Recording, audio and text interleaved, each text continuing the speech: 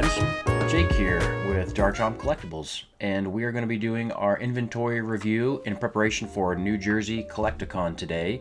We've got a whole bunch of slabs on the table, lots of singles, and if you've seen any of these videos before, you'll know it's just kind of a laid-back vibe. I did ask my followers on Instagram to provide me with some questions, like a Q&A that I can speak to while we show off the cards. That way we can kind of knock two birds out with one stone. So we'll be answering some questions, showing off some cards, and as always, if you're going to be at New Jersey Collecticon, you can send me a message if you want me to hold any of these cards for you. Hopefully I can respond in time. Doesn't always work out, but these videos have been really helpful for people who are going to be at the show and want to pick some cards out that they see on this video. So anyways, let's dive right in. First, we've got some slabs, and we'll start with the high-end stuff. So let's start with this little stack right here. You guys can see that, okay? Looks good. All right, so Bubble Mew here, tag 10, not too bad at all. And let's chat about question number one. Question number one came from Instagram, and it says, what's the most overrated card, or what are the most overrated cards right now? And they kind of separated it between vintage and modern. So we've got a lot of cards right now are really screaming in value, increasing really fast. But that doesn't necessarily mean that they're overrated. So let me think about this. Overrated. Well, I personally am probably going to say that, and I know this is kind of a hot take, I'm going to say that Poncho Pikachu cards are overrated. And overrated just by the mere fact that they are so extremely expensive. If you guys have been watching the channel, we put out a video yesterday with Marcucci Collects with Drew, and he and I both agree that those Poncho cards, they're just so expensive. And one of the things he said that was kind of funny was that a lot of people are driving to these conventions or card shows, and they are either bringing with them or they're intending to buy these Poncho cards that are worth more than the car they're driving to the show. And yeah, I just thought that was really kind of a funny thing to say, and I agree with it. It's kind of bonkers. And why is it so bonkers? Well, there's a lot of cards in the hobby that are expensive, but specifically the Ponchos are unique in that they're kind of common. And I know that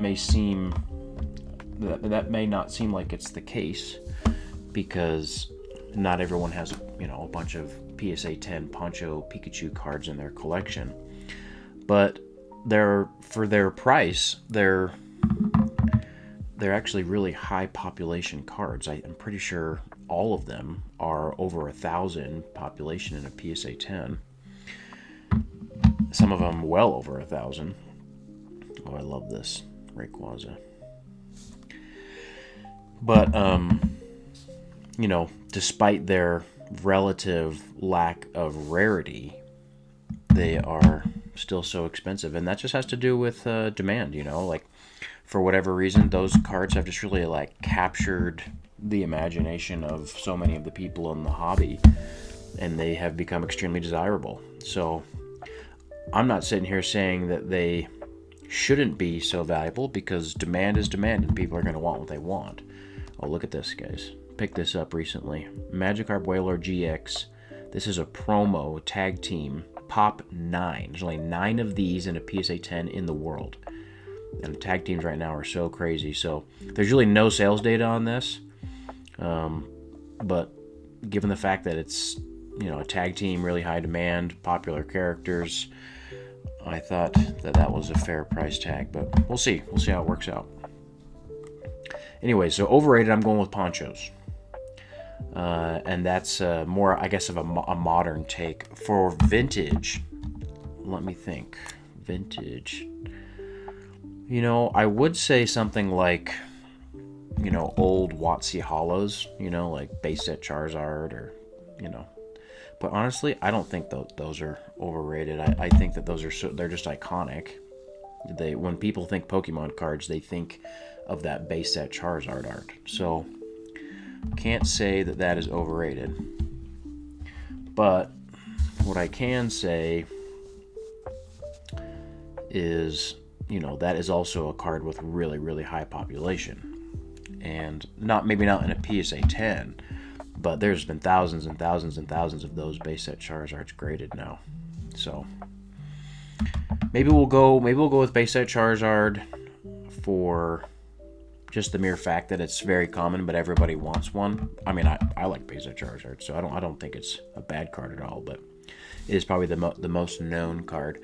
And I would say that, for people that are maybe a little bit newer to the hobby, when they maybe go through their childhood binder and they find one of those Charizards, they know that it's really popular and that, it was kind of the in-demand card when they were kids.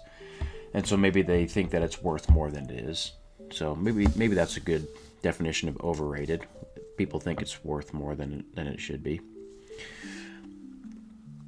And then underrated. What are some underrated cards in the hobby right now?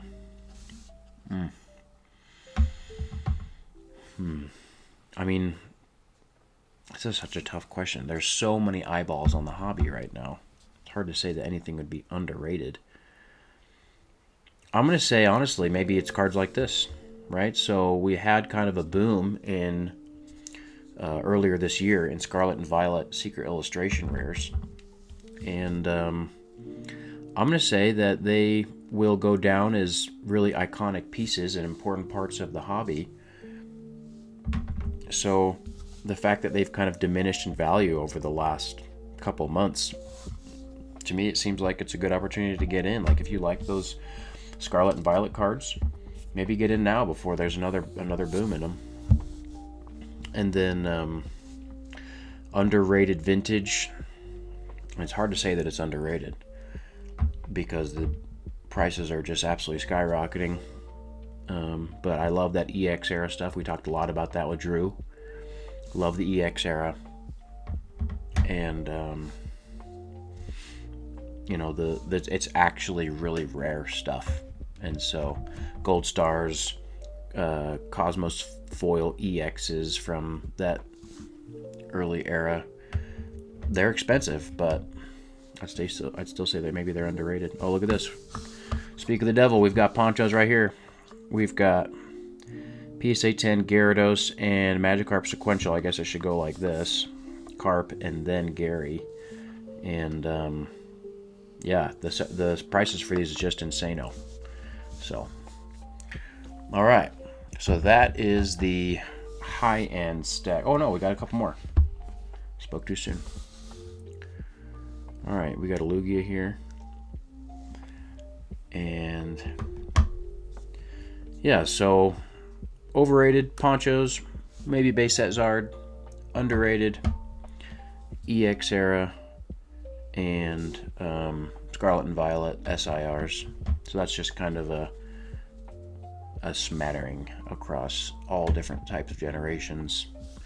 But that's just an opinion for now. Who knows? Things can change so fast in this hobby. Okay, what's question number 2? Question number 2. This is a good one. How do you decide what to put in your investment / long-term pile? I think this is mostly referring to, we bring inventory, right, that we are willing to sell to the shows. Anything that may be either for the short term or the long term that I'm not willing to sell, I usually don't bring to the shows. And for the most part, that's like sealed stuff. But sometimes there's some slabs that I'm speculating or maybe undervalued, and so if I take them in trade or if someone sells them to me, then maybe I sit on them for a while because I think that, I stand to gain some value by having them just go up in value for a while. And so I would say in general, the answer to this question is booster boxes, sealed booster boxes. When they get traded in, I usually just take them right off the table. Sometimes if I buy them right at the show, then I will immediately put them back, or put them in the display case and just see if I get any offers for them. But a lot of times, if they don't sell right there at the show, then I'll take them home, and when I get home, I'll just put them into long-term storage. And you know, they're kind of quote unquote deleted, or at least delayed out of the, oh, here's another tag slab, delayed out of the active inventory. And I think just that's a good way to, you know, as you're growing your inventory size, hopefully as you're going to these shows as a vendor or as a seller, collector, whatever, it's good to set some things aside and to you know, quote unquote invest, right? So for the most part, it's either long-term booster boxes, sometimes bundles, or maybe Elite Trainer boxes if we're talking about specialty sets. I'll do that with. But in general, it's just booster boxes. And then sometimes I'll take some slabs out. Now, there have definitely been times where I pick up some slabs that when I take home, I fully intend to put them into my personal collection. And so I take them out and put them to the side just because I really like them and I don't want to sell them.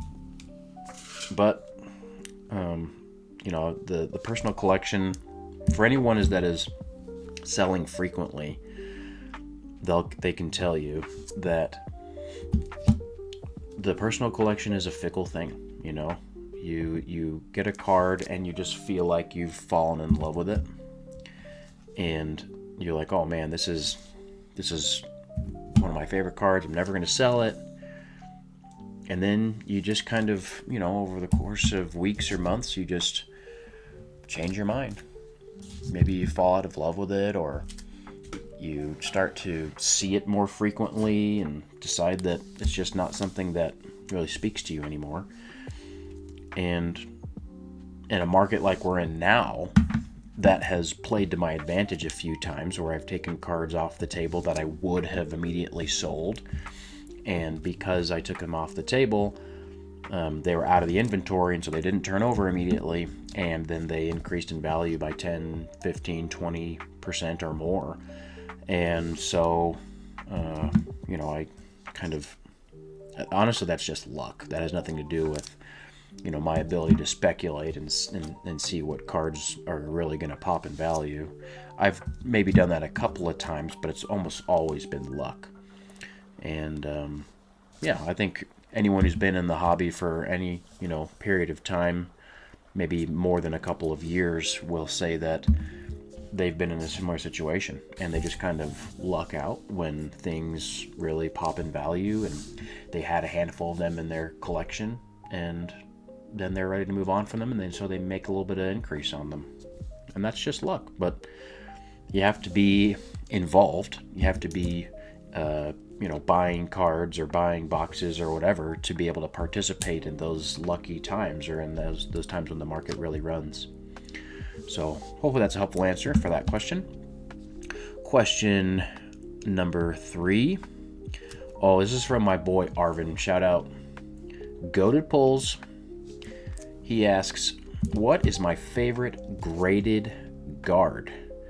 Well, maybe I will show you guys. I really like the gold graded guards. So this right here is my Dragonite from Delta Species Reverse, and it's in a gold graded guard, as you can see here, but then also in this acrylic Phantom display. So I love those limited edition gold graded guards. And then for the colored ones, I'm probably going to say I like Voltage. I'm a really big fan of electric type Pokemon and electric type cards. All 4 of those kind of big hitter Delta Species cards that I have are the Steel Electric Delta Species type. Very, very cool cards. And so the Voltage looks so good with like a Pikachu or a Jolteon or Zapdos, that kind of stuff. Oh, look at this, Genesect. Pretty rare right here. So yeah, I like Voltage, that's what I'm going to say. And I don't even know like what the really expensive ones are. I know that some people are like for those of you who don't know, graded guards are these kind of plastic cases that you put on a graded card. And the newer ones have like these really interesting colorways and sparkles and holofoil or whatever inside them, glitter, just to kind of make the card that they're encasing really pop as far as a display piece. So, but the funny thing about it is, like, the company will do limited drops of those colorways. And so they've got this huge secondary market, and they might retail for $20 or $30, but people are paying like over $100 for these graded guards. So just goes to show that collectors are willing to pony up and spend the money for things that are a little bit exclusive. So great question, Arvin. Hopefully see you soon, my friend.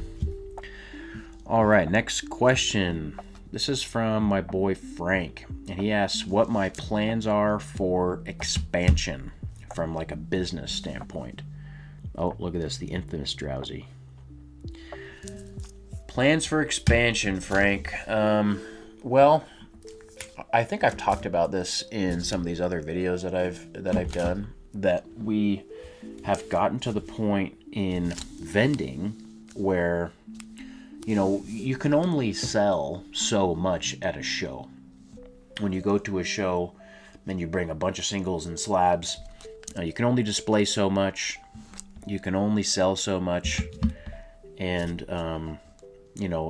eventually you do kind of need, if you want to keep growing, and not everyone, you don't have to keep growing, but if you want to keep growing your business, you need to scale into additional sales channels. And so one of the really popular sales channels in our hobbies to sell online and to live sell on some of these platforms, whether it's Whatnot or Drip or on eBay Live or Fanatics, or some people just set up a Shopify and connect it to their, or just have a Shopify link and then sell things live on YouTube, or people sell on TikTok. Like, there's a million ways that you can do it. And so that's one of the things that we're really investigating right now is the right online sales channels. And we did announce, I think it was last week, that we have partnered up with Drip, and we're going to be bringing some live streams to you guys through Drip. And my goal is to simultaneously cast that stream to YouTube as well, so that people who are following or subscribed on YouTube can watch the stream first of all and hang out with us. But then second of all, if they wanted to participate and buy some cards or buy packs or whatever that we're going to be selling in those live stream shows, that they'll be able to get into Drip really easily. We'll have links there on YouTube, and people can tune in and see what we're bringing. Our goal right now is to always have a really interesting and compelling inventory for in-person shows, but then when we come home from a show, maybe just like skim off a portion of the inventory from the live or from the in-person stuff and put it into an inventory that's really dedicated for the streams. And I've never sold live before on a streaming platform, and so I don't know exactly what's going to do best, and what the audience that we have created is really going to want. I have a suspicion that people are going to want interesting cards that they don't see every day, and they're going to want cool graded cards that are exclusive and valuable, and they're going to want to open some packs from interesting sets. So I have a hunch about how we're going to try to run those first few streams. But it's the kind of thing where we're just going to try it the first few times, see how it goes, and learn some lessons. And so live selling, that's kind of like the next big thing that we're working on, Frank. We did recently launch the website that has merch, specifically shirts. And I personally just ordered more of them. I ordered some extra larges for me and for Trey, the Jarvitar, so that we can be wearing them at the shows. And obviously some for Fran. She likes oversized tees as well. So we'll have those. So we have kind of added that merchandise angle to the business because people have been asking for shirts and other things like that for a long time from us. And so we're excited about that. And then, if we can have a strong presence in merchandise and have a good couple of sponsors on YouTube and on a live selling platform like Drip, and also be able to vend at the shows and put out YouTube videos and that kind of stuff, then between those 3, 4, or 5 ways that we could possibly be earning some revenue and bringing some value to you guys as viewers and subscribers and people who want to buy Pokemon cards from us, then that'll be a success for us. So that is where we are at. That's the goal for now, and we're excited about it. Thank you guys for tuning in and being here with us and the support. Okay. Last question for this part of the video where we're reviewing graded cards is, tips for a first-time vendor. And this is something that I've spoken to a number of times, but I know that people will join the channel, at different times than others, and so maybe haven't been able to see some of those other videos where we've talked about this. But tips for first-time or beginning vendors, number 1 is to realize that you are not going to know all the things that you need to know or be prepared in every single way possible for your first show. And you just need to be okay with that. And that's just kind of a truism as it concerns starting anything new. So be okay with learning lessons, with making a few mistakes, with asking a few people some questions when you realize that they have a bit more experience than you. Just be okay with that. And then other than that, just be as prepared as you can from an inventory standpoint. What does that mean? Well, you don't have to be a bazillionaire and bring the coolest inventory ever, but you should bring anything that you're willing to sell from your personal collection. Maybe you set aside a little bit of money and buy a couple of collections or something like that so that you have some extra inventory on hand. And then, just try it out. Go to the first show and give it your best shot. And my guess is, while you're at the show, you will realize, dang, it would have been nice if I really had like a price gun or some stickers or something like that. Whatever it may be, you'll learn those lessons and you'll be able to figure it out over time. So that's my best advice for a first-time vendor, is just get in, try it, and learn some lessons. Okay, folks, we've made it to the ungraded singles portion of the inventory review video. So what we've got here is our illustration rares, so art rares, trainer gallery stuff, just the typically non-textured full art cards is what I have in this kind of pile right here. And while we look through those, let's talk about next question. What is your best/worst experience with a patron at your vendor table? We have a lot of positive experiences and we have some negative experiences. For the most part, when we're editing videos and stuff like that, if there are bad experiences, we typically don't include those in the video because we don't want it to be, awkward for us or for that patron or whatever. And, we just try to be courteous, and not everything belongs on the internet where everybody can see. That's all there is to it. But what I will say is there are kind of general themes. There are things that happen that, in general, I'm really excited about, and some things that happen that I'm not so excited about. So, what am I not so excited about when something happens, when this happens at the vendor table? I'm just going to say someone who is maybe not conscientious about how much time they're taking with us.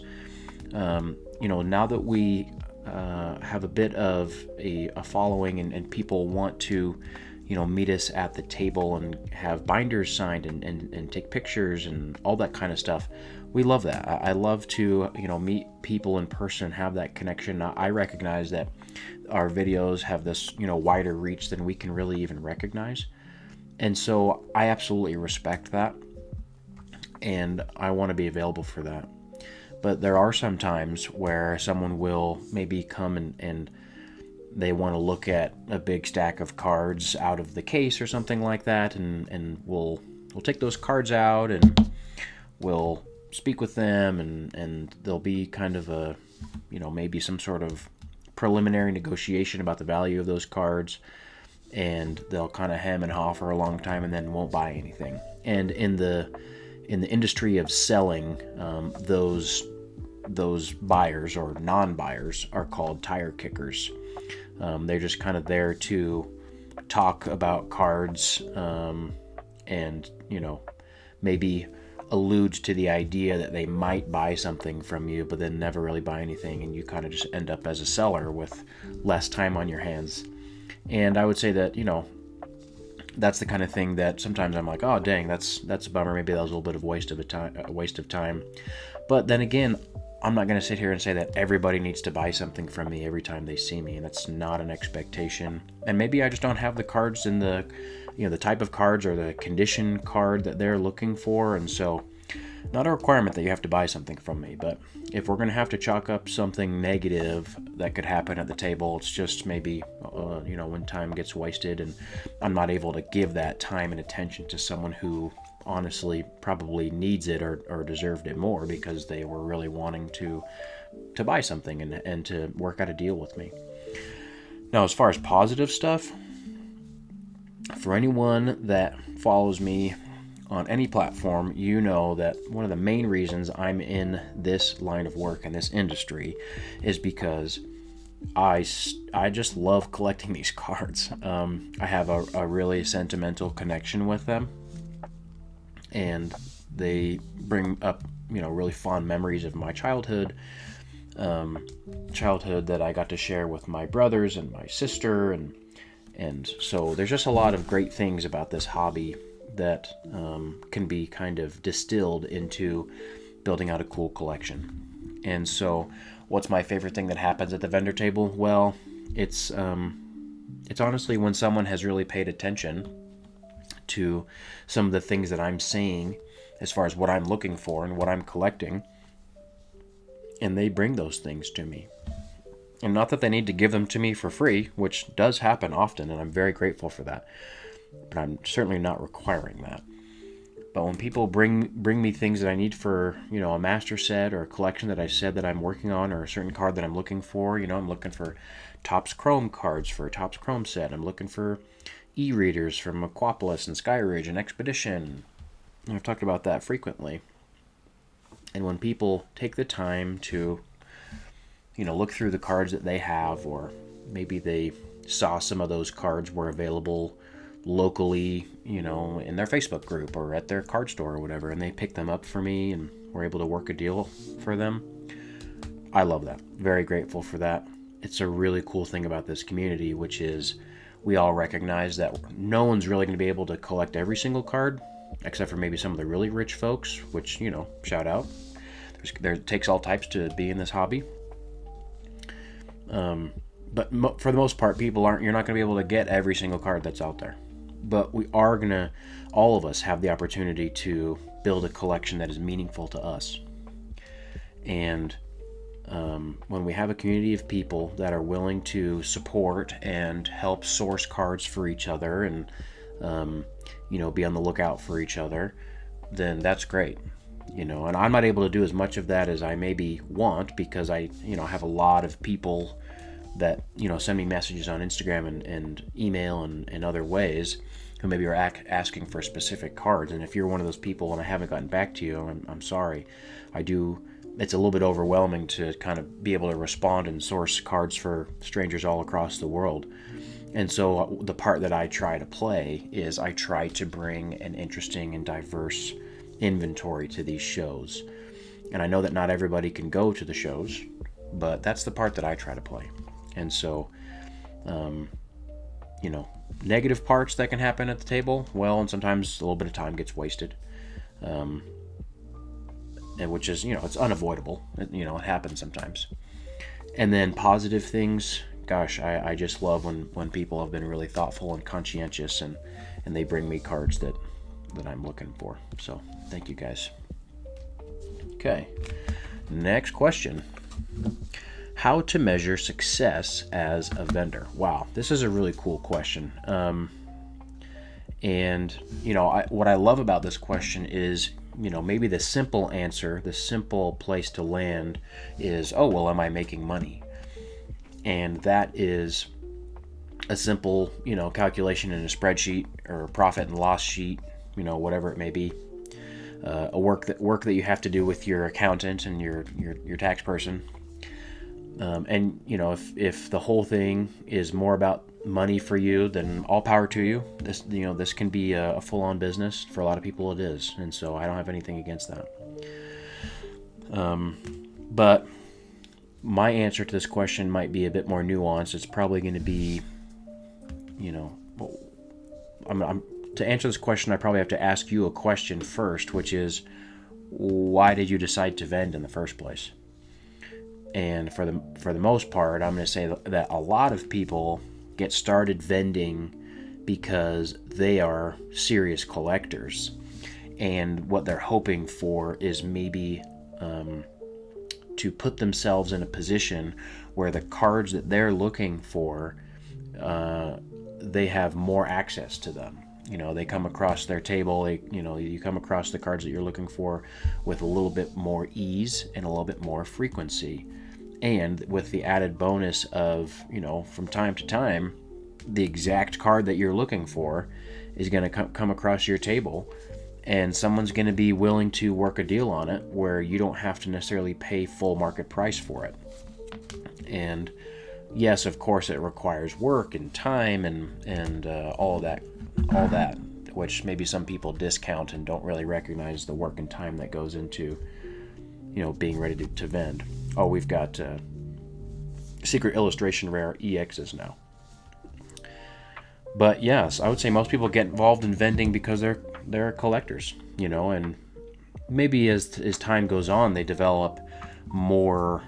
Well, how many Jarchomps do we have? We got lots. Oh yeah, if you guys need a Jarchomp, you know where to come.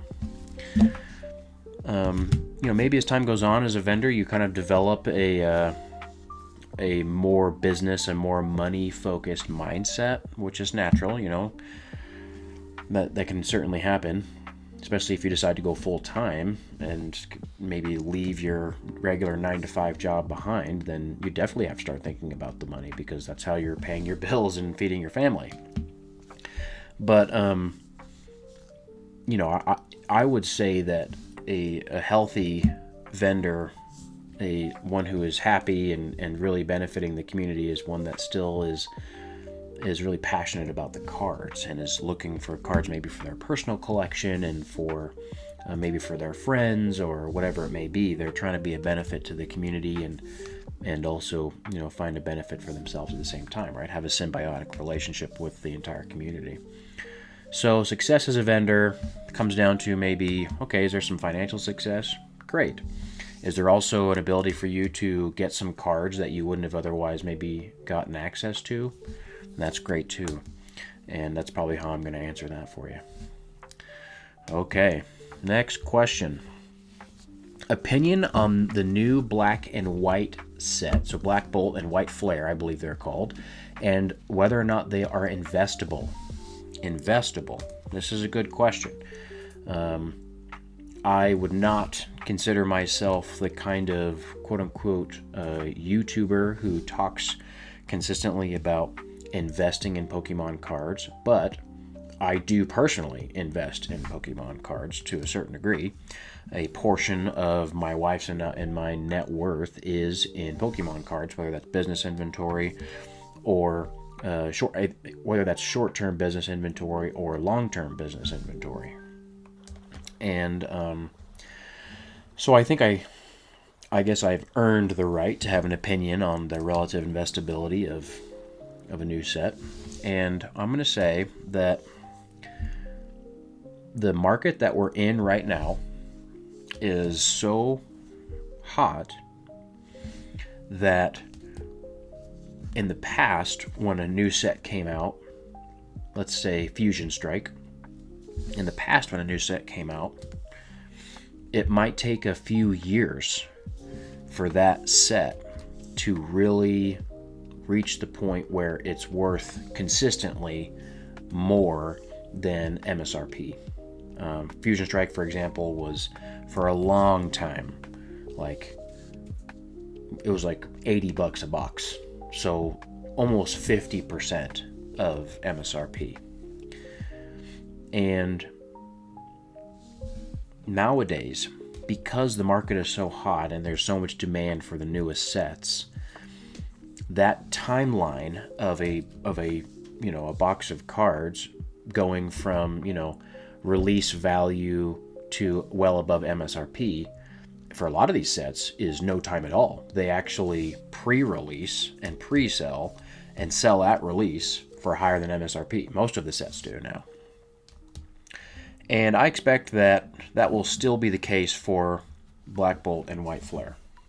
So what does it have to do with the investability of a set? Well, you invest in a set, you invest in something because you believe that over the long term it is going to be worth more than what you bought it for, and therefore you will have the ability to liquidate that asset, that investment, and earn a capital gain without having to exert effort, work for that capital gain, right? Have your money work for you. That would be the definition of an investment. And most of the people who are thinking about Pokemon card investments are thinking, okay, buy this box right when it releases, and within a couple of years it'll maybe double or triple in value, right? So the classic trope was, I'll hold this box for 5 years. Well, here's what I'm seeing. I'm seeing so many of these card sets being released, and the increase in value from, release to, a few years out that you would maybe expect from, let's say, a set like Fusion Strike, a lot of that gain for these newer sets is accomplished instantly. And so if you can buy a set, these are all full art Venusaurs. Somebody come buy some Venusaurs from me. If you can buy a set for MSRP or less right now, given the current market conditions, then it's probably a great investment. And there's no way it could be considered quote-unquote dead money, because you're already up on your value even if you were to sell it the day after you got it, right? That's why scalpers exist. Scalpers are not investing. They're taking advantage of a difference between the retail price of something and the secondary market price of something on a given day. So, what does this have to do with investing in White, Flare, and Black Bolt? Well, I think that when the set comes out, it's automatically going to be more expensive than the manufacturer's suggested retail price. And so if you can buy it for MSRP, it's a great investment. But if you can't, then, and you're going to, pay the full secondary market price, and I don't know what ETBs are going for, maybe like $100 or something like that, at least pre-sale. If you can't buy it at MSRP, which a lot of people won't be able to, because there's going to be plenty of people who are willing to go to Targets and Costco's and wherever else to try to get access to it and make a quick buck. If you're the person who isn't going to spend your time like that, then I can't say that it's going to be an incredibly good investment. It might be the case where you buy it at that secondary market price and it kind of fluctuates pretty close to that secondary market price for a number of years, because the print window is 2 to 3 years long. Pokemon Company they have a habit of printing and reprinting sets within a few years of their release. So it's a complicated topic, but I'm going to say, if I'm looking at investments right now, what would I be buying if I can find a good deal on it and sit on it for a long time? I'm probably looking at some of those sets from earlier. Oh, sticker's all messed up. From earlier in the Scarlet and Violet block that are most likely not going to get reprinted, because number one, they're a little bit older, and so they're going to fall out of the competitive game rule set in a shorter period of time. And if you think logically about the situation that we're in from a market standpoint, the Pokemon Company is behind the 8 ball still. They are still unable to print these cards to demand. And my guess, my hunch, and based on some of the content that I'm looking at and the creators who are in the know about this kind of thing, seems to me like the Pokemon Company is more inclined to print sets, especially specialty sets like Prismatic, like 151, like Paldean Fates, and in this case like Black Bolt and White Flare, and reprint those sets in all sorts of different ways, bundles and ETBs and collection boxes and all that kind of stuff. I'm guessing that they will print those sets for longer and more frequently than they will something like Temporal Forces or Paradox Rift or even Twilight Masquerade. So from an investment standpoint, if you're looking to just park some money, I would probably look towards those other booster box sets that are earlier in the Scarlet Violet block rather than getting White Flare and Black Bolt right off the rip, right at release. So that's my guess. That's my humble opinion, and it is not financial advice. So best luck to all of you who are investing in cards. Okay. Next question here. How do you balance high-end versus low-end as a portion of your inventory? Great question. And so much of this question is going to be based on your current financial situation from a vending standpoint, right? Like, your ability to buy high-end at all is going to be hampered if you don't have a bunch of liquidity, a bunch of cash to spend, or the ability to source cards and get them graded and make really good margin on things.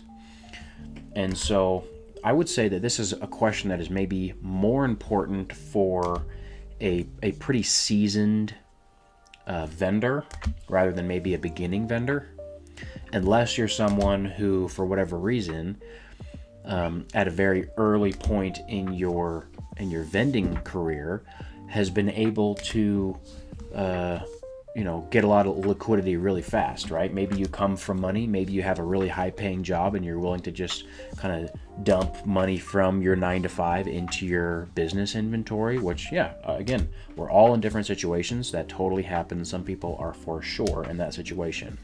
I personally was not in that situation, but what I would say is, if you are struggling to figure out, okay, how much high end should I have in my inventory versus low end, then I would probably take a point over the next few shows and mark down what sells.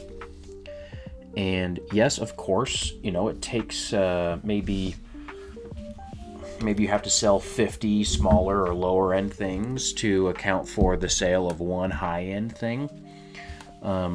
But if you go to maybe 3 or 4 shows, we've moved on to trainers now.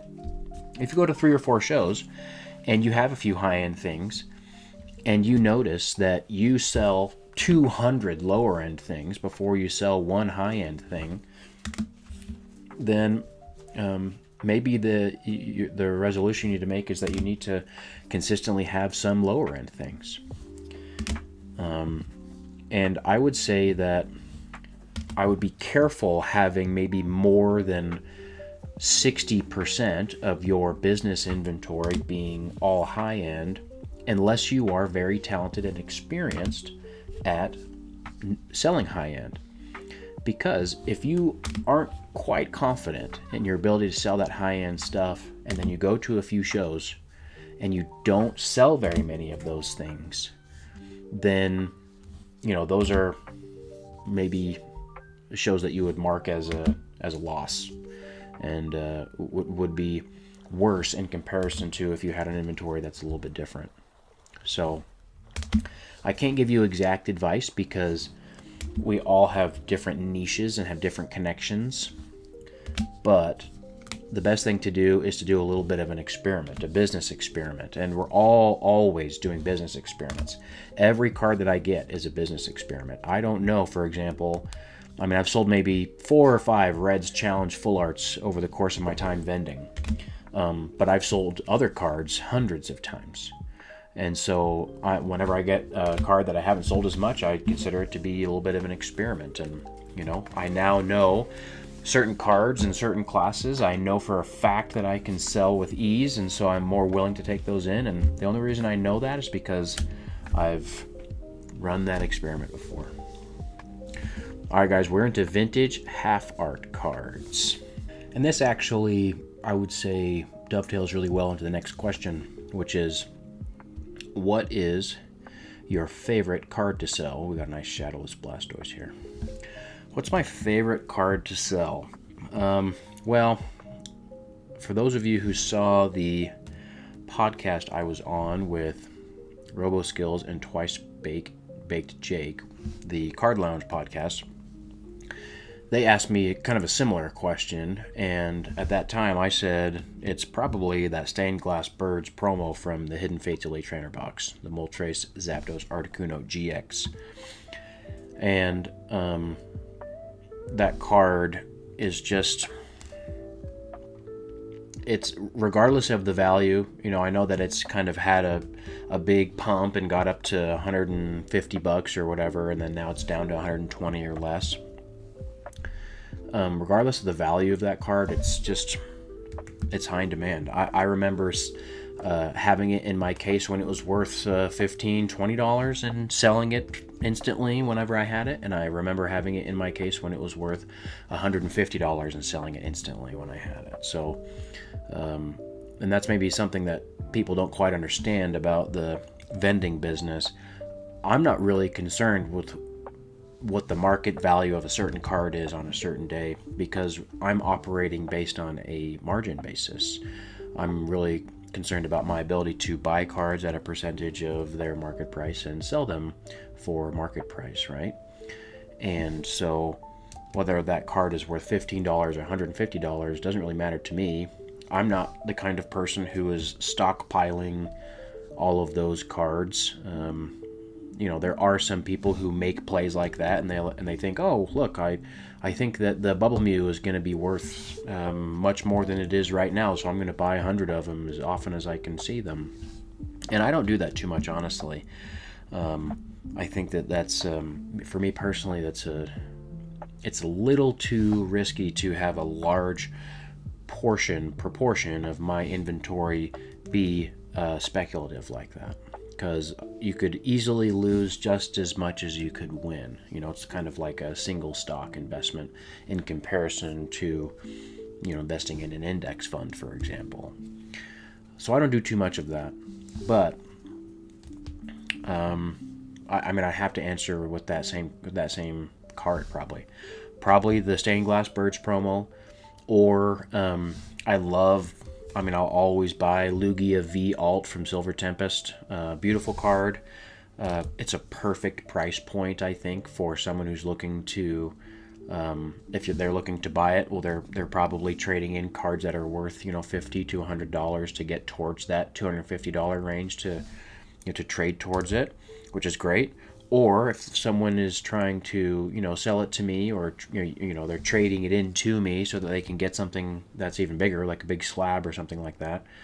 It's just a great card. It's a perfect price point. That $250 to $350 price point for cards is just kind of like that's like the money zone, the perfect place for vendors. You'll notice when you go to these shows that a lot of the cards that end up being bought and sold are in that price range. So that's probably the answer I'm going to give. Moltres, Articuno Zapdos GX Tag Team Alt promo, and the Lugia V from Silver Tempest. Next question. Thoughts on Zion cases for transportation? We do have an affiliate link with Zion Cases, so I don't want you guys thinking that I'm just going to talk about them and talk about how great their products are just for the sweetness of my heart. Now, they don't sponsor our videos, but we do have an affiliate link with them where if you use our code and our link and stuff, then you can get a discounted rate, and we do make a small commission on those, which is great. I love being able to partner with businesses that have products that we trust in. So I just wanted to get that comment out of the way so you guys know where we're at. But long before I had an affiliate link with Zion Cases, I was using their products, and I have owned some of those big, I think they're Hercules, or I don't remember exactly the product name, but it's their Goliath case, and those are they have 2 roller wheels, and they have an extendable handle so that you can take them on the plane and stuff as carry-on. But they're a lot like gun cases, honestly, because they have like really thick plastic and then foam inside to keep everything secure. And I've used those for probably over a year now. I spent hundreds of dollars. Like, they're expensive. They're premium items, honestly, and so you should expect to pay premium for them. But I've been using those for years, and they work incredibly well, which is why I wanted to get an affiliate link with them, because I talk about them. This is the reverse hollow from Skyridge here, Umbreon, very cool. I wanted to be able to talk about them, and it's cool to plug products and to talk good about products that you actually use and you believe in, because having a sponsorship or something like that from a product that you don't really care about, it doesn't feel great, and it always feels a little bit disingenuous for your audience as well. So Zion cases are great. They are a premium item, but in my opinion, they are worth it. Next question. What's your new collecting goal now that the Delta Species slab wall project is canceled? Yeah, rest in peace, guys, to my slab wall. You can see a little bit of it here behind me, and it's very barren and naked. I don't have a big graded card goal right now. I am kind of taking a breather from amassing enormous quantities of graded cards. Well, the market is so hot. I just, for me personally, that seems to be a little risky financially when the market is so hot to be buying a huge load of graded cards. That seems to be a little bit risky, in my opinion. But I could always be wrong, right? The market could keep going up, and the relative risk for you is totally different than it is for me. Everyone is in a different situation financially. Everyone buys into their cards at a different point. So I can't say that, one idea is good for me and it's good for you. We're all in different situations. But for me, I moved on from amassing a large load of graded cards, and I have just continued to work on my E-series binders. So, binder, just one. We have an ongoing project to master set Expedition, Aquapolis, and Skyridge, and that's no easy task. And for those of you who don't know, those sets are very uniquely constructed, where they have regular hollows, reverse hollows, non-hollows, and non-hollow reverses. So it's kind of complicated. But long story short, if you're trying to master those 3 sets, you're looking at almost 1,000 individual unique cards to complete the sets. So it's a long road. And we bought a binder, an enormous binder that has over 1,000 slots in it, and we're working on it. And so some of those cards in that binder are going to be worth $1 or $2, and some of them are going to be worth thousands of dollars, like that Skyridge Charizard and the Crystal Lugia and the Umbreon Skyridge and Aquapolis Umbreon, and it's a lot. There's a lot of good stuff in there. expensive stuff and stuff that you just don't see every day. And that, honestly, I'm really excited about. I love putting together vintage binders. So as we work on that, we'll be doing updates about it, videos about it. But if you guys ever have E-Series cards, holos, reverses, non-holos, any of those cards from those 3 sets, feel free to bring them to the table. And you never know, maybe the ones that you think are a little bit worthless, I might really need. So would be happy to make an offer on those cards so I can get them for my master set. Nice little non-holo Dark Zard here. All right, next question. What are my non-Pokemon and non-fitness hobbies? Great question. We've talked a lot about Pokemon on this channel. This is a Pokemon channel. We've talked a little bit about fitness. I've talked about my experience with mixed martial arts and with I ran a marathon a couple years ago, and I grew up playing sports. My first love is baseball. I love baseball. Grew up with season tickets to the San Francisco Giants. My family grew up in the Northern California area, and my dad was a huge influence on us and me.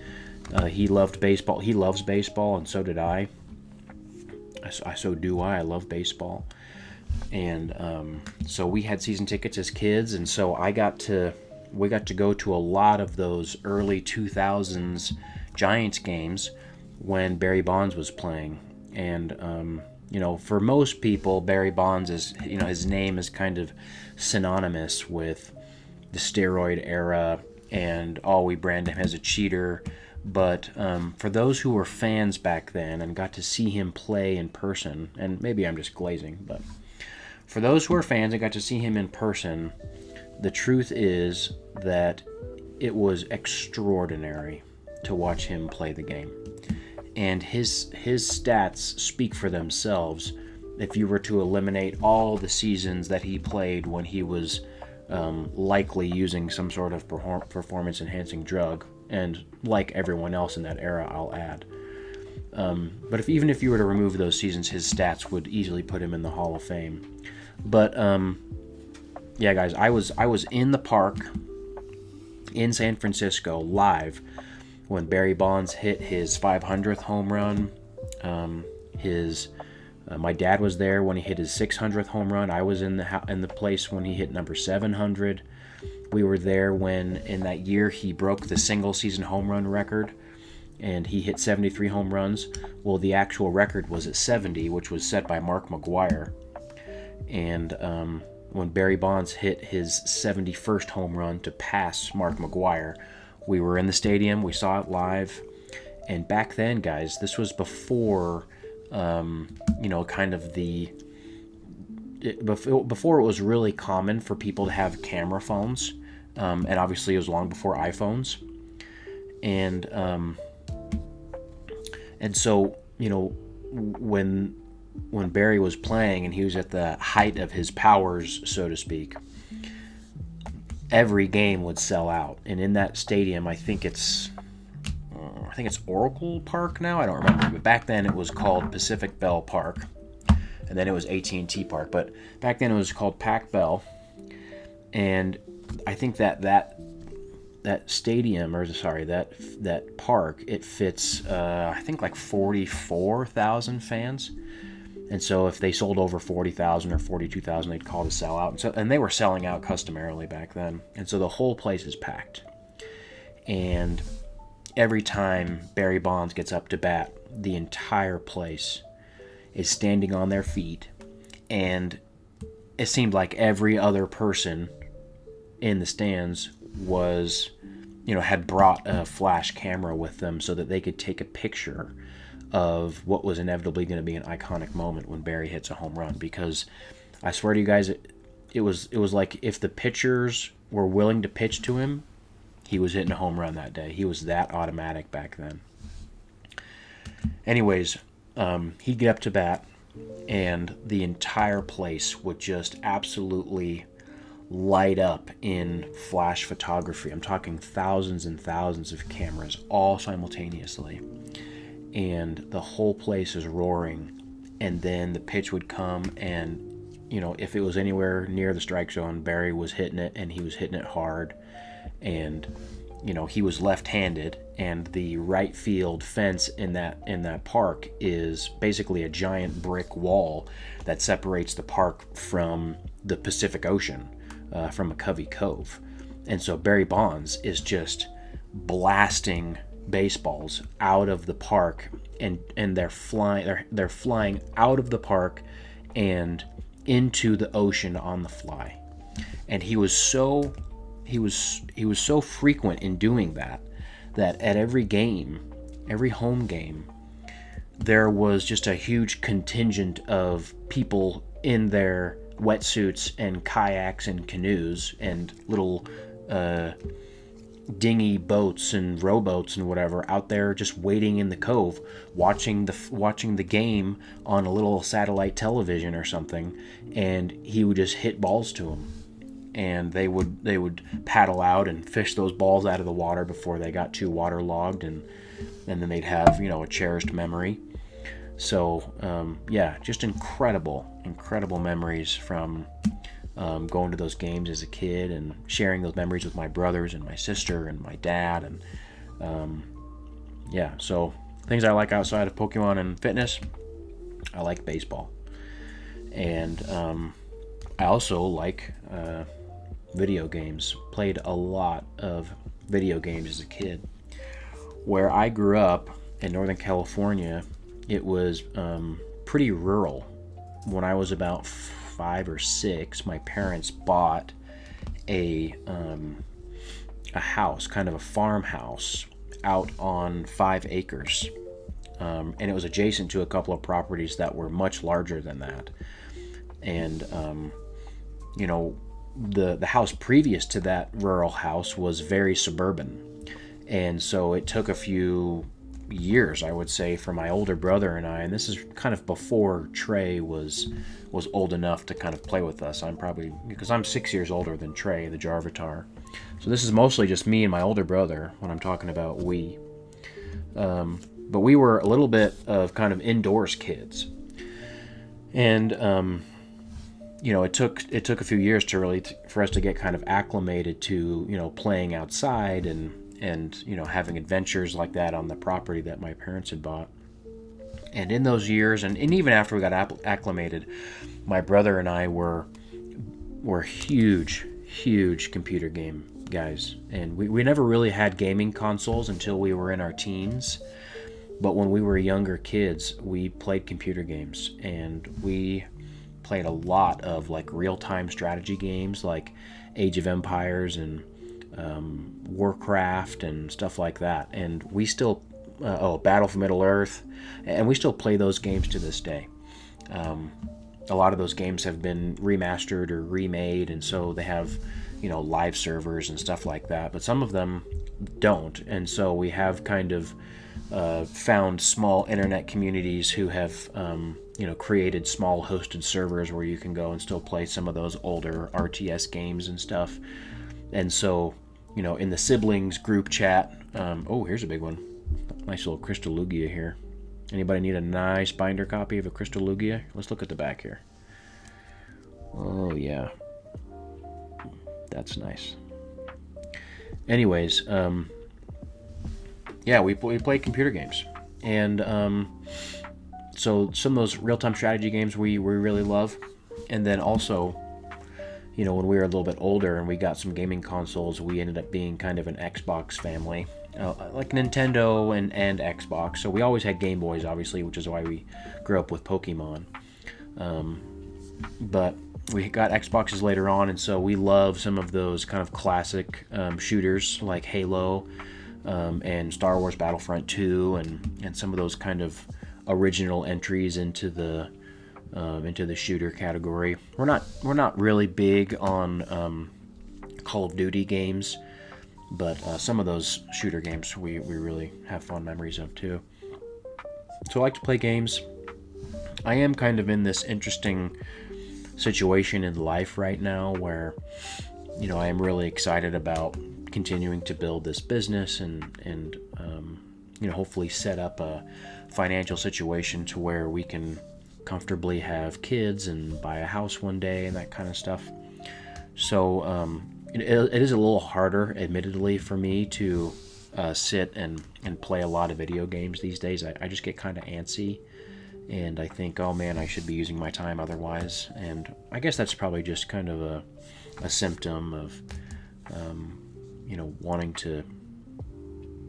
to achieve something that is difficult and could be life-changing and stuff. But I'm grateful for obviously everything that we've been able to achieve so far. But it does mean that it's a little harder for me to kind of sit down and relax and enjoy some of those things that I used to enjoy quite a bit. So that's a long rant. That's a lot of talking about myself. So let's move on to the next question. All right. Do we need cups of ice for our Coke Zero gifts? Yeah, the answer is yes. Shout out to all of you who have been bringing Diet Cokes or Coke Zeros or, Dr. Pepper Zeros. Those are good too. Those are welcome as well. And most of you guys are bringing those, and they're really cold. You got them right from the vending machine or right from the gas station or wherever, and that's really appreciated. But sometimes we run out of time, and those drinks, either we don't get a chance to drink them at the show, or the show's kind of long, and so by the time we are able to take a drink of them, they're already kind of room temperature. And so if you are the kind of person who wants to bring us a cup of ice to put into our water bottles so that we can have nice, crisp beverages at all times, then bless you, and we would certainly accept that charity. Thank you for thinking of us. Next, pricing theory for cards. This is a huge question, and it varies by the type of card. It varies by the classification of card, right? We're talking about vintage. Are we talking about near mint vintage? Are we talking about mid-era? Are we talking about, EXs? Are we talking about hollows? Are we talking about modern? Are we, it's such a huge question. And there's just no way that I can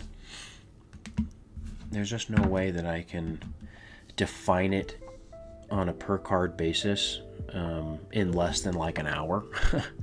So I think the best way is to say, if you are getting into vending and you are curious about the best ways to price your cards, then I would say start with, in general, for ungraded cards, TCG market price.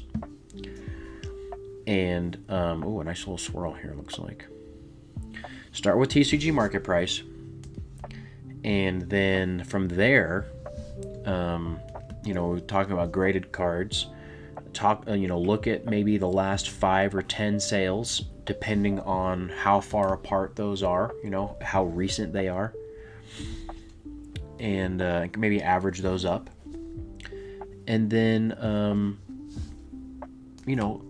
be willing to negotiate when you're at your table, up or down 5% from, your desired numbers, whether buying or selling.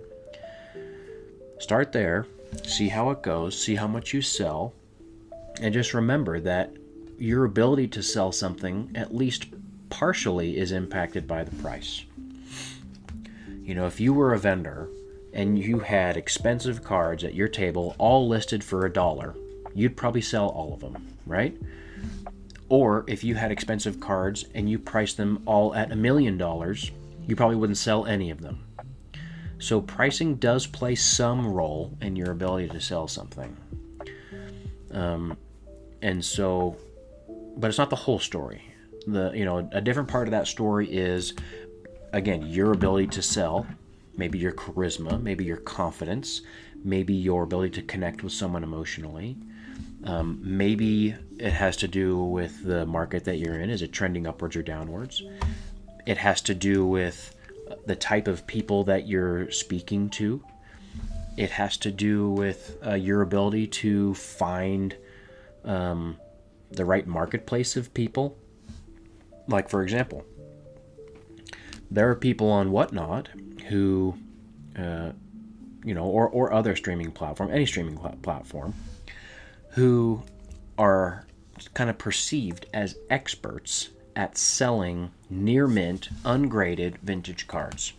And because they're so good at sourcing them and they've built up such a strong consumer base on their streams, they customarily will sell those cards for much higher than maybe what the lowest listed near mint listing is on TCG Player or eBay. And why is that? Well, there's a lot of answers to that question, but it has to do primarily with building a reputation and building confidence in a certain consumer base. And so pricing isn't the whole story. So for those who are just kind of breaking into the business and wanting to understand how to price cards so that they can sell them in a reasonable period of time while also making a healthy margin and being able to continue your business, start with market price. And then if you kind of develop a niche in your ability to sell other types of cards, then maybe it makes sense that your price is a little higher for certain types of cards. Because if you develop an ability to sell those cards really well, like let's say I'm just an expert at selling VMAX alts or Poncho PSA 10s or whatever, high-end, low population vintage cards. If I'm really good at selling those and I price them at a similar price as all the other people in the room or all the other people on Instagram or whatever, then you're going to sell out. And you're going to be leaving money on the table because you could have raised your prices a little bit and made a little bit more money, sold those cards a little bit less fast, while still maintaining the right margin for you. So it's kind of a give and take. It has a lot of contingencies, but it is something that you have to kind of feel and experience after selling quite a bit. And I would say that now that I'm at the point where I've sold thousands and thousands and thousands of cards, I have a feel for my ability to sell different types of cards, and so I know what to stock, I know what I can price things at. And there are other, most of the vendors you're going to see at these larger shows have done that same work and have gained that same skill set. And maybe they've gained that skill set in a different niche than I have. How many VMAXs do we have? Tons. We're just loaded with Darkness Ablaze, guys. Come get them here. Anyways, yeah, it's a nuanced conversation. And one that I, love talking about. And one that we will talk about. This is a topic that would be the perfect conversation for me and Ricky, Oyama's Trading, when we have our first live stream, otherwise known as the Midweek Machamps, which will be a regular bi-weekly thing that we do starting later this month. So be on the lookout for more details on that if you want to tune in and hang out with us live and talk the talk and ask questions and see what we have to say about all your guys' great questions. 3 Pikachu VMAXs here. Okay, next question. Do slab guards help cards sell faster?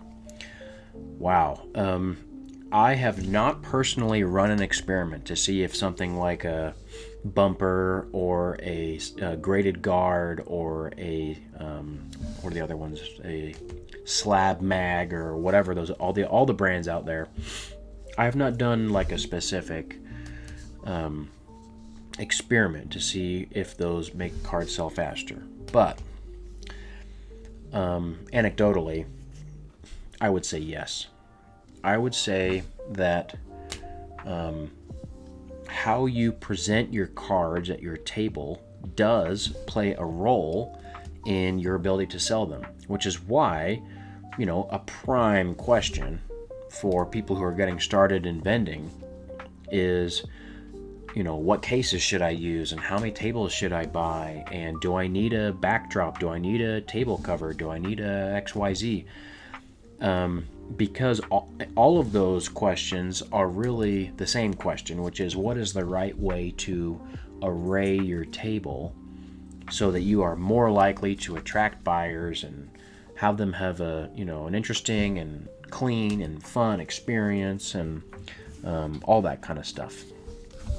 And graded guards and other slab bumpers and whatever are a part of that. And I would say that one of the things that a graded guard does for your display is it denotes luxury. When you put a little bit more care, a little bit more investment and time and effort into curating the look of a certain card over another, what you're basically signaling to your buyer is that, hey, these are the good ones. This is the good stuff. This is the stuff that other people are buying, and so maybe you will want to buy it too. And that's just simple advertising, right? So that's the same thing that the grocery store does. It's the same thing that Best Buy does. It's the same thing that any retail store would do, is when they feel like they have a hot item that's going to be high demand, and they want to have a quick sell-through of it, they're going to dress it up. They're going to have cool displays. You wonder who else does this? Is the Pokémon company. When they have a new game or they have a new set or whatever, they're going to do special marketing campaigns. They're going to do special, end cap displays at retail locations. They're going to do all sorts of stuff like that, additional investment. And what does that all do? All it really does is, or at least what they're hoping it does, is increase the liquidity or increase the probability that you're going to buy. And so I'm going to say, the answer is, do those degraded guards and other slab bumpers help? I'm going to say, in general, yes, they do. That is my answer. Next question. Pick 5. Oh, I remember this being a great question. The question was, you can pick 5 cards, and you have to own those cards forever, and you're not allowed to own any other Pokemon cards. Dang, this is a tough one. Tough. So, what am I going to pick? Well, if I'm going to pick them, then I also get to own them in PSA 10 condition. That is my one requirement. If I'm going to own them, I also get to own them in perfect condition, or at least the highest grade. So I'm going to say I want a PSA 10 Wizards of the Coast Venusaur promo, the one with the old, I want to say it's Sugimori art. It's a WotC promo, a hollow Venusaur, with that original artwork. I'm pretty sure it's very rare in a PSA 10, so that's one of them. It's just an iconic card. I do love Venusaur. I loved playing Leaf Green as a kid, and I'm pretty sure it's very rare. I think it's low pop if I remember right. So that's number 1. Number 2, I'm going to say, is a card that I already own, and I will show it to you guys here just because it's incredibly nostalgic for me. This is Gyarados Reverse PSA 10 Holland Phantoms, and I'm pretty sure this is a low pop card as well, like pop 27 or 30 or something like that in the world. So this is a card that I owned as a kid, we kind of jointly owned as brothers with our Pokemon binders. I remember having it. Beautiful card, and one of my favorites. A few more cards. I'm going to say... I showed one off today. It's the Dragonite EX from EX Dragon, where he's kind of like standing up straight and looking off in the distance. Really beautiful card. So that's 3.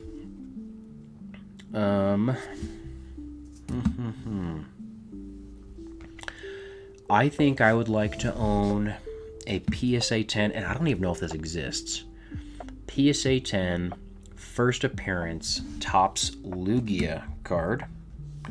And for those of you who don't know what that looks like, check that out. Google that, search that in eBay. First appearance Lugia. It has like a all chrome appearance with kind of a lenticular Pokeball hollow pattern. Just a gorgeous, gorgeous card, and extremely hard to grade. I don't even know if there's a 10. Maybe there is, and whoever has it, or however has them, is a very lucky person. So that's 4, right? And then number 5, I think I also already own. And I should show it to you guys right here. And this kind of answers another question, which is, what's a really low pop card you have? This is Jarchomp from Supreme Victor's Hollow. And this right here, guys, is pop 1 in the world. There's only one in a PSA 10.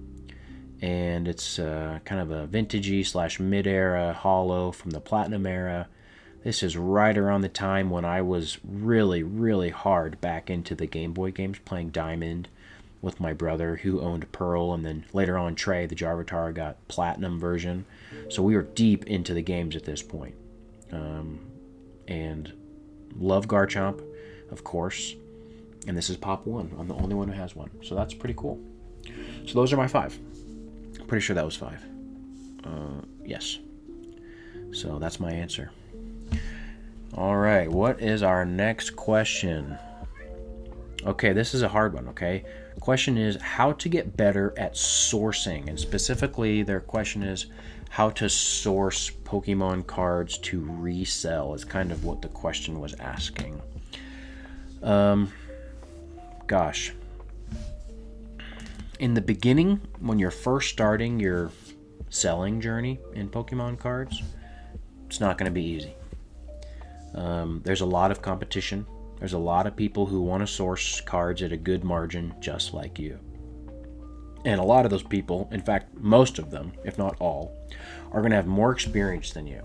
They're going to have a larger network. They're going to have a more established seller profile on Facebook or Instagram or in person at these shows or on a live selling platform, or maybe they're an LGS owner. Like, honestly, you know, we're kind of competing with everyone. We're all, and I'm not saying there isn't enough to go around, because I believe there is, but we're all competing with each other to a certain degree. Like, I'm competing with the Bulbasaur and Pack Battle and everybody out there, right? Everyone who has a platform, I'm competing with them to a certain degree. Now, I believe that, you know, it's probably more important to collaborate with them than it is to compete with them. But long story short, when you first get into the scene, you're gonna find it difficult to source. So what do? Well, this hobby is based on, your success in this hobby is based on primarily your reputation.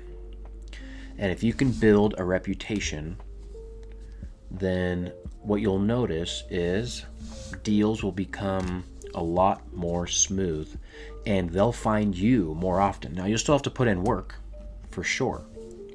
You'll still have to, you know, put out buy posts and meet with people and go to shows and all that kind of stuff. But you will lower your barrier for entry. And how do you build a reputation? Well, most businesses build a reputation by offering a product, at least at the beginning, by offering a product at a really competitive price, or providing a free service of some sort.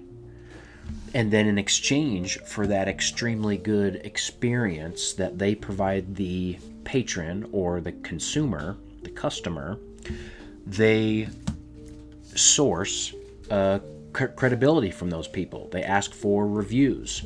They ask for, word of mouth recommendations. They ask, who else do you know is really needing to, sell their collection and get some liquidity or whatever, right? And that's how you start. And then over time, as you do that over and over and over again, you build a reputation person by person, one by one. Now, we also live in the age of what I will call marketing rocket fuel, which is social media. We live in an age where people voluntarily, every day, all day long, open up their phones and open up Instagram and YouTube and TikTok and choose to be advertised to all day long, whether they know it or not, whether they think it's an ad or not. People choose to be marketed to all day long. And the barrier for entry for getting your content or your ad or your face in front of their eyes is lower than it's ever been in human history. And so I know that there are other creators in the space who say you need to start making content because that's a kind of a fast track to getting to the point where people trust you and they know your name and want to do deals with you. But I cannot stress it enough. And in saying this, I'm essentially recommending that, you guys who haven't done this already, join the group of people who are competing for the same eyeballs that I am. But again, I truly believe that there's enough to go around because there's just billions of people spending billions of minutes on these social media platforms. And, they're not going to stop. It's only growing. It's always growing, it seems like. There's always a new company or a new feature or a new app or whatever that is bringing more eyeballs to their phones. So, how do you build a reputation so that you can source a little bit easier? Start making content. Someone who I think has done this in a really cool way that I think would be a great primer for you guys to follow is my buddies Derek and John over at Trader John's. Really sweet guys who are willing to work and they're willing to be really good to their customers and they're willing to self-promote on social media like TikTok and Instagram and elsewhere. And they've just grown really fast. They have this little series on TikTok, and I think they've posted it elsewhere, where they talk about growing their inventory to $100,000, and now I think they're trying to grow it to over $1 million. And they're well on their way because by putting themselves out there and showing that they do good deals with people and treat people really well, they've grown a huge following and have thousands of views and now do thousands of dollars worth of transactions at collecticons all over the country and sell on live selling platforms all the time, every week. And I'm pretty sure they started last year or maybe this year. So it's totally possible. And it takes time and work and effort, and you have to be willing to learn some lessons and to improve your content over time and to be thoughtful about what other people would be interested in watching.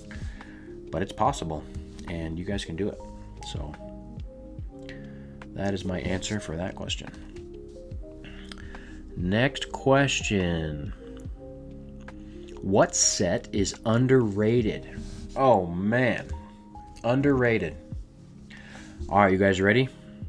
And I know you're going to say that I'm shilling because technically I do own a single booster box of this set. But I'm going to say that Sun and Moon Unbroken Bonds is underrated. Now, how can I say that? The box costs like $1,800 or whatever it is. I just don't see it all the time. It's compared to like Cosmic Eclipse and even Team Up and Unified Minds and those other kind of tag team sets at the end of Sun and Moon. I just don't see Unbroken Bonds as much, and it's a great set with really strong chase cards, including Charizards. So, I'm a fan of Unbroken Bonds, and I'm gonna say that is my set pick for underrated set right now. Let's move on to some of these EXs from XY and Black and White. Okay, what is the largest deal you've made off camera? So what's the largest deal that I've done that didn't actually get recorded? You know, I saw this question earlier today, and I'm pretty sure it is pretty recent, actually. And if you guys follow me on Instagram, then you've seen the card. It was a first edition PSA 10 Shining Charizard. And although I've done deals where like the back and forth, like the total transaction value is larger than this, I'm pretty sure this is the most I've paid for one single individual card. And bought the card from a patron who walked up to it walked up to the table in Front Row Card Show, Las Vegas, the last time we were there. And he showed me the card, and we talked about whether or not I'd be willing to buy it. And he was hoping to just kind of get cash out and move on and do other things with that money. And I paid him $16,500 for that card. And I put it on Instagram that I had one, and it wasn't very long before someone reached out and was wanting to make a big trade for it, and so we made a trade for it. And I think we talked a little bit about that trade on the last inventory video, but it was a big trade. We got like some ponchos and some other kind of big chase cards and stuff like that in trade, and it was a really cool deal. So, but buying that card happened off camera, and I'm pretty sure, if my memory is right, that's the biggest single card purchase I've made at a show. So, good question. I love these megas right here. All right. What is the best set ever? The best Pokemon card set? Oh, man. Wow. What a tough question. I had a conversation with Markucci Collects with Drew the other day about EX era sets, and some of those sets are certainly in the running. His favorite set is Team Rocket Returns, and sheesh, there's so many good cards, right? Even like the chase cards are great, right? Like the Gold Stars and the EXs and stuff. Like obviously those are huge hits, but like it's also the fact that like every single one of those reverse holos is valuable, and in a PSA 10 condition is extremely valuable. So Team Rocket Returns is in the running for best set ever. I'm going to say another set that's in the running, in my opinion, is Evolving Skies, and here's why. It's because you can still find it, and you can still buy it and open it. Now, the packs are getting pricey. They're like $20 or $25 a piece or whatever. But even if you're brand new to the hobby, it's still kind of within reach to own some Evolving Skies, whether it's an Elite Trainer box or a booster box, or collect some of the bigger cards or whatever.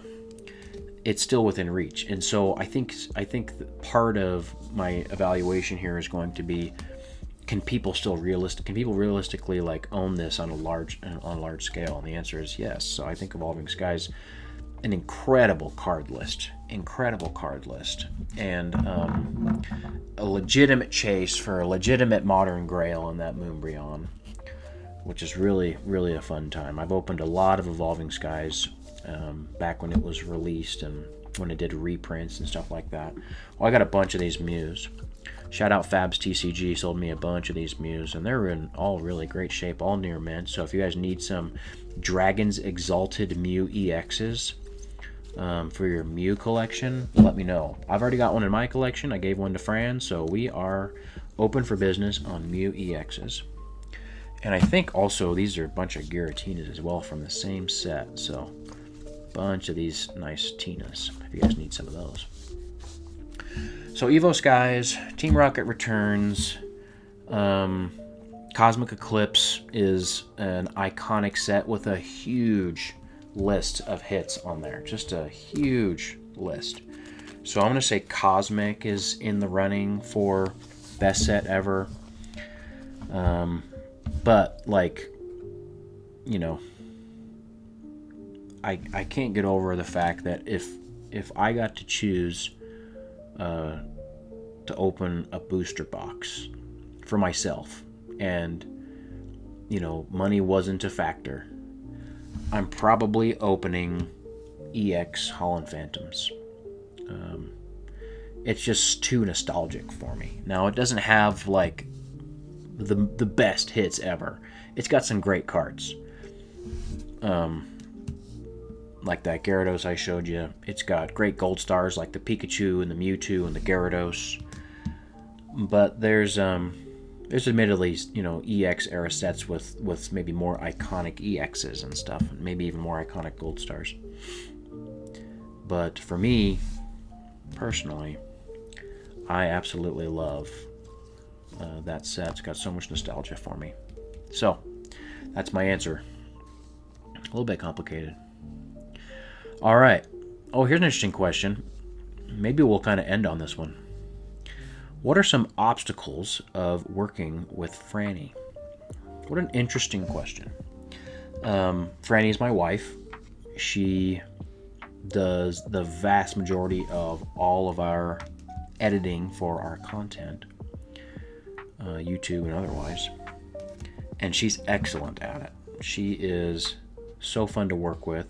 She's so smart and creative. And she's worked from home for as long as we've been married. She always chose careers that would allow her to work from home, and so I was the one who, when I would work, I would go to the office and stuff. And so now that we get to both mostly work from home, and obviously I travel frequently and she travels with me sometimes, so there's still times where I don't get to see her and I'm traveling and stuff, but we get to work from home for the most part, which is a huge blessing, and we're really enjoying being around each other. But the only, I would say, complication is that, when your business partner is also your wife or your partner, your spouse, it can be challenging to negotiate the the workload between you two when being a loving spouse often means that you don't want hardship to happen to your spouse. You don't want them to have to go through pain or challenging things or discomfort. But owning a business is discomfort and challenge and pain and that kind of stuff. And so by choosing to travel and choosing to try to build a website and all these new things that we're trying, there's growing pains, there's problems to solve. And problems to solve, that comes with stress, and it comes with anxiety and whatever else. And I don't like subjecting my spouse to that. And so it's mostly just kind of an internal battle of, what is the right amount to, try to partner on something and work on it together, or to kind of just take it on yourself so that they don't have to do it. And we've both had to negotiate that space and have open dialogue about the right way to do that. But all in all, it's an experience that has been really good for us. We've grown so much together. We've learned so much about each other, and I think we appreciate each other so much more. And so I would say that starting this business together has been really good for us. And I don't know how it would be for anybody else. I can't necessarily say I would recommend any of it for anyone else, but for us, it's been a really cool experience, and we've really enjoyed it. So, yeah. And that's kind of maybe the question that I'll end on. And I still have a huge list of questions here, but what I have run out of is cards to show you guys. So that'll kind of wrap it up for our inventory review for New Jersey Collecticon. And again, all of these will be available at the table. So if you guys are going to be there at the show, then we can come do deals together. And I'm really excited about it. We're having fun. We're traveling the country. We're working really, really hard at all hours of the night. I think it's like 10 p.m., 10:30 right now as I'm recording this, but we're just really enjoying it. So thank you for tagging along, and see you at the next one.